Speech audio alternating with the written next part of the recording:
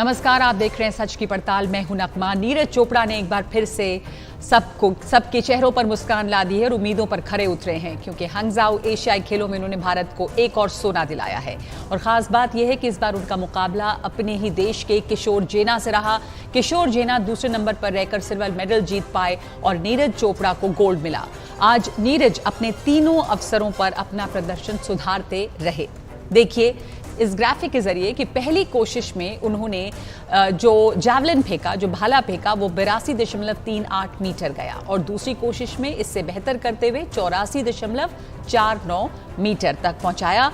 और जब लगा कि किशोर जेना उनसे आगे निकल जाएंगे तो तीसरी कोशिश में 88.88 मीटर भाला फेंककर उन्होंने सोना अपने नाम किया।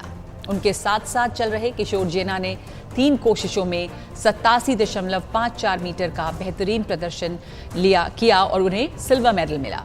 वैसे नीरज चोपड़ा अरसे से भारतीय उम्मीदों का भार ढो रहे हैं। उन्होंने ट्रैक एंड फील्ड एथलेटिक्स में भारत और एशिया के लिए कई कीर्तिमान बनाए हैं। इसी साल उन्होंने बुडापेस्ट में वर्ल्ड चैंपियनशिप जीती है। पहली बार किसी भारतीय या फिर एशियाई को जैवलिन थ्रो में वर्ल्ड चैंपियन होने का अवसर मिला।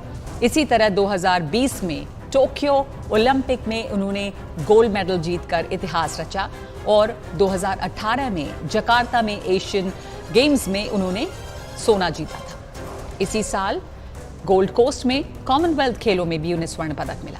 2016 में वो वर्ल्ड जूनियर चैंपियनशिप भी जीत चुके हैं। यानी बहुत सारे जीत, बहुत सारा गोल्ड उनके नाम है। सच ये है कि उनके जीते मेडलों की फहरिस्त इससे भी बड़ी है। अभिनव बिंद्रा के अलावा नीरज चोपड़ा अकेले भारतीय हैं जिन्हें किसी निजी स्पर्धा में ओलंपिक गोल्ड मिला है। नीरज चोपड़ा की इन उपलब्धियों का असली मतलब तब समझ में आता है जब हम देखते हैं कि ट्रैक और फील्ड एथलेटिक्स में, यानी कि जो शारीरिक दमखम वाले खेल हैं, उनमें भारत और एशिया काफ़ी पीछे रहे हैं, लेकिन इसमें लगातार तरक्की हो रही है। सच ये है कि हाल के सालों में भारतीय खेलों की दुनिया बहुत बदली है। एशियाई खेलों में भारतीय प्रदर्शन इसकी पुष्टि करता है। अभी टूर्नामेंट बाकी है। भारत ने अब तक का जो उनका रिकॉर्ड रहा है वो तोड़ा है। अब तक भारत को 18 गोल्ड मेडल, 31 रजत पदक और 32 कांस्य पदक मिले हैं, यानी कि कुल 81 मेडल्स। अभी इसमें और मेडल जुटने हैं। इसके पहले भारत ने सबसे ज्यादा 70 मेडल पिछले एशियाई खेलों में जीते थे। भारतीय खेलों की इस उपलब्धि पर बात करने के लिए हमारे साथ खास मेहमान मौजूद हैं और अब राकेश राव हमारे साथ है, वरिष्ठ खेल पत्रकार, और अनीस भानवाला हैं, शूटिंग चैंपियन, कॉमनवेल्थ गेम्स में मेडल हासिल किया। अनीस भानवाला, जो ट्रैक एंड फील्ड में इस समय भारतीय एथलेटिक्स का जो प्रदर्शन रहा है वो उसमें लगातार एक सुधार दिखा है और भारत ने जाहिर है कि अपना रिकॉर्ड तो तोड़ा ही मेडल्स का पिछले एशियन गेम्स से।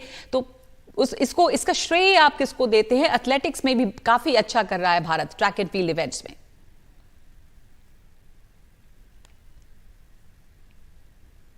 आप सुन पा रहे हैं अनीस? हाँ जी, बिल्कुल। आज मैं खुद ट्रैक एंड फील्ड को काफी फॉलो किया, तो बहुत इंटरेस्टिंग फाइनल था जैवलिन थ्रो का, जो कि नीरज चोपड़ा हमेशा से आगे चलते आए हैं। आज उन्हें भी अच्छी टक्कर मिली दूसरे भारतीय से। बट बहुत खुशी की बात है कि उन्होंने अपना एशियन गेम्स टाइटल डिफेंड किया। ये बहुत ही उनके लिए बहुत अच्छी बात है। राकेश राव, नीरज चोपड़ा से तो उम्मीद थी, नीरज चोपड़ा उम्मीद पे खरे उतरे, उनका परफॉर्मेंस अब इंटरेस्टिंग ये रहा कि एक दूसरे भारतीय से ही उनका मुकाबला हो रहा था। किशोर जेना थे। ये इन खेलों में भारत अब इतना अच्छा प्रदर्शन कर रहा है और ट्रैक एंड फील्ड इवेंट्स जो हैं, जो शारीरिक दमखम वाले खेल हैं, उसमें अमूमन इतना अच्छा प्रदर्शन पहले नहीं रहता था भारत का, जिस पर अब दिख रहा है। अब आप कैसे इसको देखते हैं? पिछले 10 सालों में अगर हम देखें, जाहिर है कि ये रातों रात नहीं बदला है। फोकस सही रहा, इकोसिस्टम सही बना, कुछ इंफ्रास्ट्रक्चर बेहतर हुआ है। नगमा, देखिए, ये जो हम आज देख रहे हैं इसकी नींव मेरे ख्याल से, मैं अगर कहूं कि 2007 के आसपास जो थी वहां पे डली थी इस बात की। और ये उस वक्त की बात है जब इंडिया 2010 के कॉमनवेल्थ गेम्स की तैयारी कर रहा था। तो एक जोश ये था कि साहब हम लोग 1982 एशियन गेम्स के बाद बहुत अरसों बाद एक बड़ा इवेंट हिंदुस्तान में हो रहा है, उसको होस्ट कर रहे हैं, तो परफॉर्मेंस भी उसी हिसाब से होनी चाहिए। तब गवर्नमेंट ने क्या किया था कि मतलब जैसे कि पैसों की कमी ना हो, ट्रेनिंग में, कॉम्पिटिशन्स में, एक्सपोजर में, उन्होंने बहुत ज्यादा उस टाइम पे वो फोकस पे लेके आए थे। इसीलिए आपने देखा कि कॉमनवेल्थ गेम्स में हमारे 100 मेडल से ज्यादा थे, उससे पहले और उसके बाद कभी नहीं है। और उसका फायदा यह हुआ कि काफी सारे इवेंट्स ऐसे थे जिसमें कि हमारी जूनियर टीम, जो उस टाइम जूनियर्स में अच्छा कर रहे थे, उनको और सीनियर्स को साथ में ट्रेनिंग करने का भी मौका दिया गया। उसका फायदा यह हुआ कि हमारे जो तब के जूनियर्स थे वो आज परफॉर्म कर रहे हैं सीनियर लेवल पे, और ये 15 साल का जो एक सस्टेन्ड एफर्ट है अगर मैं कहूं, उसका फायदा हमको आज मिल रहा है। और ये गवर्नमेंट ने जैसे शूटिंग में, बैडमिंटन में, मुझे याद है उस वक्त जो 19 करोड़ का जो सिर्फ बजट था वो सिर्फ शूटिंग के लिए था, 12 करोड़ था बैडमिंटन के लिए। अब आप सोचिए ये अमाउंट कोई छोटा अमाउंट नहीं है। जिस देश में हम लोग बात करते हैं कि बेसिक चीजें नहीं है आपके पास, स्पोर्ट्स इस कंट्री की प्रायोरिटी नहीं है, लेकिन जब गवर्नमेंट आपको वैसा सपोर्ट में जब एक बार आ जाती है कि नहीं अब हम आपके पीछे खड़े हैं, और ये चीज मैंने देखा पिछले करीब 10 सालों में, जो देखें जिस हिसाब से गवर्नमेंट सपोर्ट कर रही है, कुछ स्कीम्स ऐसी आई हैं जैसे कि टॉप स्कीम आई है। हाँ, उसका मिसयूज भी होता है, वो अपनी जगह है, लेकिन उसका फायदा ये हुआ कि एक स्कीम आई और उसके बाद जो ये एक एफर्ट, और एक प्लेयर को लगता है कि सिस्टम मेरे साथ है। ये इसमें क्या हो गया कि जो फेडरेशन का जो रोल था वो थोड़ा कम हो गया है। अब प्लेयर डायरेक्टली गवर्नमेंट से डील कर सकता है। ये एक मेरे ख्याल से बहुत बड़ा शिफ्ट है, और उसका फायदा हमको आज मिल रहा है कि आपको सिर्फ एक दो इवेंट में नहीं, अगर आप पहले देखें, अगर मैं 1980s से कहूं, एक हॉकी और एक रेसलिंग, इन दोनों के अलावा हमारे पास कुछ होता नहीं था। एथलेटिक्स हम लोग कंपीट करते थे एट अ सर्टेन लेवल, कहते थे चलो ठीक है कुछ आ गया तो आ गया हमारे पास, बाकी कोई उम्मीदें होती नहीं थी हमारे पास। लेकिन अब अगर आप देखें कि एक तो पार्टिसिपेशन हमारा इंक्रीज हुआ है, मेडल सिर्फ एक या दो से नहीं आते। पहले तो हम कहते थे कबड्डी वाला मेडल तो पक्का है हमारे पास जी, लेकिन जी। उसके अलावा जो होते थे कुछ एक आध हमारे पास रेसलर्स के आते ही आते थे, और एथलेटिक्स में बहुत कम आते थे। इस पे देखिए अगर हम सिर्फ एथलेटिक्स ही ले लें, 21 मेडल्स लास्ट टाइम, इस बार 29। ये इंपॉर्टेंट है, बहुत दिलचस्प पॉइंट इस पे बात करूंगी कि कैसे वो खेल जहां पे पहले मेडल्स की उम्मीद नहीं थी और कुछ कबड्डी या रेसलिंग में हम उम्मीद रखते थे, अब अलग अलग खेल काफी वेरिड है वो फील्ड जिसमें मेडल्स आ रहे हैं, तो उनमें किस तरह से फोकस दिया है भारत ने, ये तमाम चीजें। लेकिन आगे बढ़ने से पहले हम सुनते हैं नीरज चोपड़ा और किशोर जेना की ये बात। बार फिर भारत के लिए स्वर्ण पदक जीता है, अपना क्राउन डिफेंड किया है, इस फीलिंग को अपने शब्दों में बयां करें। शब्दों में सर सबसे पहले धन्यवाद, जितने लोग भी सपोर्ट कर रहे थे इंडिया में हमको और इंडिया को, और बहुत अच्छा लगा। ये पहला बड़ा गेम्स था जहाँ पे टाइटल डिफेंड करने के लिए खेल रहा था, तो बहुत अच्छा लगा। और काफ़ी आज चैलेंजिंग था, जिस तरह से जो डिसीजन हुआ फर्स्ट थ्रो में थोड़ा गड़बड़ हो गई थी, पर फिर भी टाइटल डिफेंड कर पाया। और बहुत अच्छा लग रहा था कि जैना भी बड़ा के थ्रो मार रहा था अपनी, तो बहुत अच्छा लगा था कि हम इंडियंस ऐसे चैलेंज कर रहे हैं एक दूसरे को, और बाकी काफ़ी पीछे थे। बिल्कुल, जिस तरह से जैना और आपका फर्स्ट और सेकंड आगे, क्या ये नेशनल गेम्स चल रहा था इंडिया का या एशियन गेम्स ही था?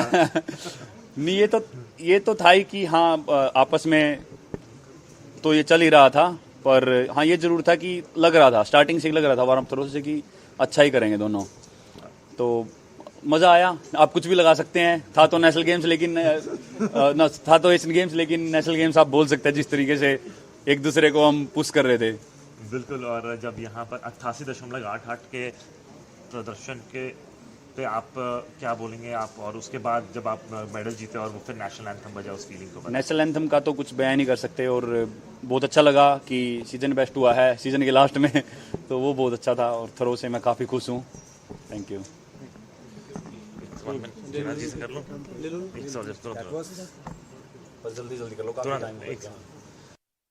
नीरज जी के बगल में खड़े होके आप क्या कहेंगे? बहुत खुशी हुआ है, जैसे सिल्वर मेडल जीता, पर्सनल बेस्ट भी हुआ, पेरिस का क्वालिफाई हो गया, और भाई साहब हमारा आइडियल पहले से ही है, और उनको देख के ही हमारा मतलब अच्छा करने का मन हुआ है होता है, तो ऐसे ही हम भाई साहब करते जाएंगे तो हम उनका पीछे ही रहेंगे, पीछे साथ में पीछे आते रहेंगे। तो ये बहुत दिलचस्प रहा ये मुकाबला, खास करके जैवलिन थ्रो का, जहां पर दो भारतीय एक दूसरे से कम्पीट कर रहे थे, नीरज चोपड़ा और किशोर जैना।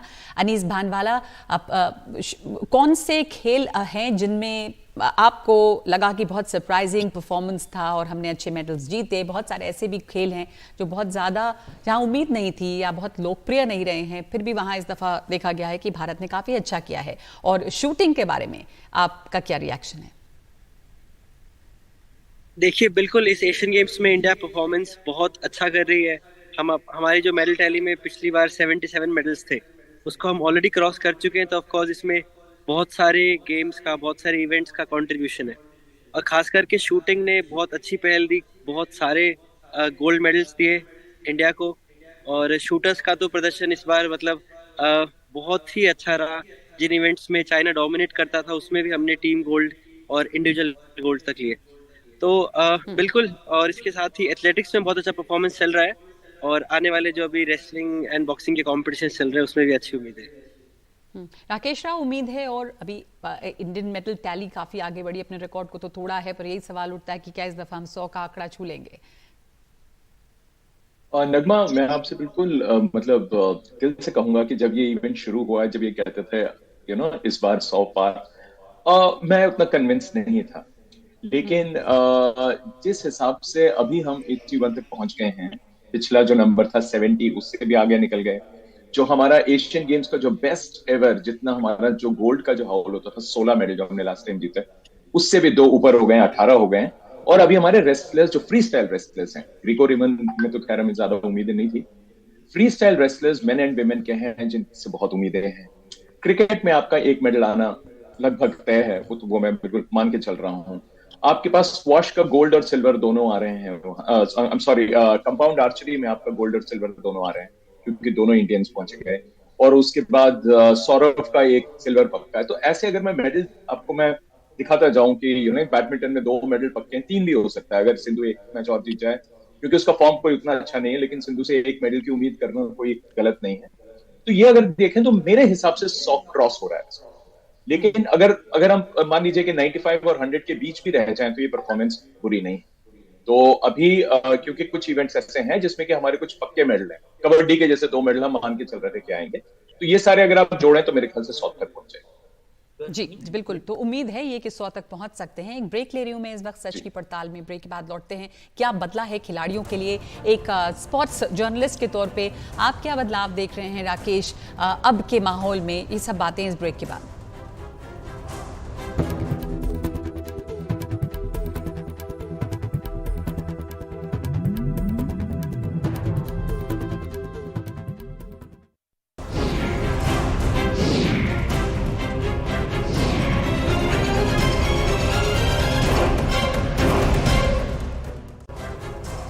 हमारे साथ अनीश भानवाला और राकेश राव जुड़े हुए हैं। राकेश, खिलाड़ियों के तौर के लिए जो सुविधाएं हैं, या एक जो खेल पत्रकार आप लंबे समय से कवर कर रहे हैं, किस तरह से आपको बदलाव दिखा है इकोसिस्टम में? और जो प्रदर्शन भारत का अब दिख रहा है वो पिछले कई सालों का, रातों रात बदलाव नहीं आया है। तो क्या, किस चीज को आप श्रेय देंगे? क्या हम सही कर रहे हैं? देखिए, काफी साल तक मैंने ये देखा कि हम जब स्पोर्ट्स की बात हमने जब की, तो लोग कहते थे ये प्रायोरिटी में नहीं है, और सच भी है। देखिए, जिस कंट्री में हम अभी 75 इयर्स में, हमें जब 76 इयर्स हो गए इंडिपेंडेंस को, हम जहाँ पे रोटी कपड़ा मकान ये नहीं दे पाए अपने लोगों को, कोई बात नहीं, हम तो अभी तक पीने का साफ पानी तक नहीं दे पाए। उसमें आप कहें कि साहब वो आप ना दें, लेकिन आप स्पोर्टिंग इंफ्रास्ट्रक्चर आप खड़ा कर दीजिए या स्पोर्ट्स पे स्पेंड कीजिए, जो कि एक टैक्स पेयर का पैसा होता है। लेकिन अभी क्या हुआ है, अगर हम पिछले कम से कम 10-15 साल अगर मैं ले लूं, तो उसमें क्या है कि स्पोर्ट्स सोसाइटी में एक चेंज आया है पेरेंट्स की तरफ से, लोगों की तरफ से, कि स्पोर्ट्स एक करियर ऑप्शन है। इसमें एक बहुत बड़ा रोल है इंडिया का, जो जो एक कॉर्पोरेट जो आपका सेक्टर है, वहां से लोगों को लगा है कि हाँ, ये एक मीडियम है जिसके थ्रू हमको जो चाहिए वो भी मिल सकता है। मतलब विजिबिलिटी मिल सकती है, पब्लिसिटी मिल सकती है, और एक इमेज जो उनकी जो है कंपनीज की इमेज है। पहले ये सिर्फ पेट्रोलियम कंपनी तक सीमित थी, अब बहुत सारी ऐसी कंपनीज आ गई। इसमें क्या हो गया है कि पैसा, जो ये पेरेंट्स का कंसर्न होता था कि स्पोर्ट्समैन अगर हमारा बच्चा है या स्पोर्ट्स पर्सन हमारा बच्चा है, उसको पता नहीं वो क्या होगा, इसलिए ये जो शिफ्ट था पहले इससे नहीं, सब पहले जो कुछ खेलना है खेलो, लेकिन पढ़ाई अपनी कंप्लीट करें आप। बहुत सारे स्पोर्ट्समैन ऐसे हैं जो कि 18 साल के अंदर अंदर जब वो स्टूडेंट्स होते हैं उससे पहले ही उनकी इनकम इतनी अच्छी है जो शायद उनको उनकी सैलरी से भी ज्यादा ऑलरेडी मिलने लगी। एक करियर के तौर पे जो है वो स्पोर्ट्स को देखा बहुत बड़ा शिफ्ट है, काफी ल्यूक्रेटिव। आपको ये आप अग्री करते हैं अनीश? हाँ जी बिल्कुल, मैं जैसे सर ने मेंशन किया, मैं बताना चाहूंगा कि 2010 में जो कॉमनवेल्थ गेम्स हुए उसमें जो इंडिया में इंफ्रास्ट्रक्चर तैयार हुआ, उससे जैसे मैं अपना पर्सनल केस बताऊं, मैं करनाल से उठ के दिल्ली डॉक्टर करनी सिंह शूटिंग रेंज पे ट्रेनिंग कर पाया। वर्ल्ड क्लास फैसिलिटीज मिली, वहाँ पे अच्छे सीनियर शूटर्स थे, कोचेस थे। तो ऐसी सभी गेमों में बहुत ही उस चीज़ का हेल्प हुआ। और इसके अलावा मैं कहूँगा कि जो अभी एलीट एथलीट्स हैं इंडिया में, उन सबको directly not just from federation, tops जो एक साइका स्कीम है उसके through directly they get help. International coaching हो या फिर ट्रैवल कॉम्पिटिशन्स, व्हाटएवर जितना एथलीट को रिक्वायरमेंट है वो सारी फुलफिल होती है। तो ये एथलीट का काम सिर्फ मेहनत करना और परफॉर्म करना है, उसके अलावा all the things are taken care of. बिल्कुल, ये बड़ी बात है कि बाकी तमाम चीज़ें जो हैं उसका ख्याल सरकार रख रही है, संस्थाएं रख रही हैं जो स्पोर्ट्स से जुड़ी हुई हैं, और एथलीट्स का काम है अपने परफॉर्मेंस पर ध्यान देना, और इस तरह का ही होना चाहिए, और यही अब प्रदर्शन में दिख रहा है। धन्यवाद आपका अनीश और राकेश राव हमारे साथ जुड़ने के लिए। सच की पड़ताल में इतना ही। नमस्कार।